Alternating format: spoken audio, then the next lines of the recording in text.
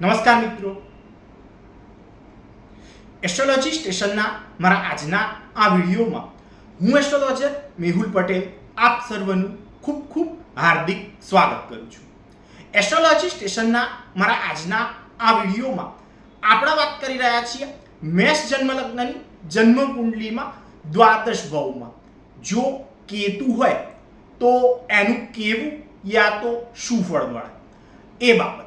તો તમારી જન્મ કુંડલીમાં જ્યાં લગ્ન યા તો જન્મ લગ્ન એવું જ્યાં લખેલું છે ત્યાં જો એક લખેલું છે તો તમારી જે જન્મ કુંડળી છે એ મેષ જન્મ લગ્નની જન્મ કુંડળી છે એવું તમારે સમજવાનું છે. હવે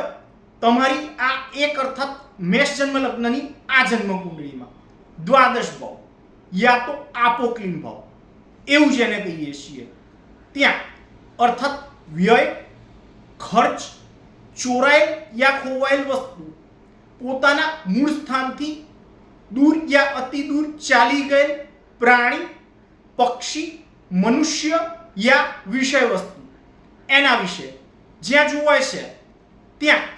પોતાના શત્રુગ્રહ ગુરુની રાશિ 12 અર્થાત મીન રાશિ એ જ્યાં આવે છે ત્યાં કેતુ નામનો ગ્રહ એ જો રહેલો છે તો આ બાબતને જો સારી રીતે સમજવી હોય તો આ બાબતને સારી રીતે સમજવા હેતુ આ ગ્રહમૈત્રી ચક્ર જે છે એના જો જોઈએ તો એમાં આ કેતુ અને આ 12મા ભાવમાં આવતી રાશિ જે છે 12 અર્થાત મીન રાશિ એનો સ્વામી ગ્રહ ગુરુ એ એકબીજાના શત્રુ છે એવું દર્શાવે છે. અને એટલે જ જીવનમાં ખર્ચ કરવાની બાબતમાં ઘણી બધી અડચણો, અગવડતાઓ કે પરેશાનીઓ એના જેવી બાબતનો અનુભવ યા સામનો એ તમને કરાવશે તથા સાથે જ ખર્ચ જેવી બાબતને પહોંચી વળવા માટે કઠિનતમ કહેવાય એવી મહેનત એનાથી યુક્ત કાર્ય એ પણ તમારી પાસે જ કરાવશે. સાથે જ ઘર અને પરિવાર યા કુટુંબની વ્યક્તિઓ એમના સિવાયની અન્ય યા સાવ અજાણી વ્યક્તિઓ જેમને કહીએ એમનાથી પણ કષ્ટ અને ઝંઝટયુક્ત સ્થિતિ એ તમને પ્રાપ્ત કરાવશે. પણ આ કેતુ જે છે એ દેવગુરુ બૃહસ્પતિ એની રાશિ 12 અર્થાત મીન રાશિ એ જ્યાં આવે છે ત્યાં રહેલો છે અને એના કારણે ઉત્તમ યા આદર્શ કહેવાય એવા માર્ગને પસંદ કરાવી અને મહાપરિશ્રમ દ્વારા ખર્ચ જેવી બાબતનું સંચાલન યા નિયંત્રણ કરવાની આવડત કે હોશિયારી કે ક્ષમતા એ તમને પ્રાપ્ત કરાવશે. આ જ રીતે મોટી યોગ્યતા કે ક્ષમતા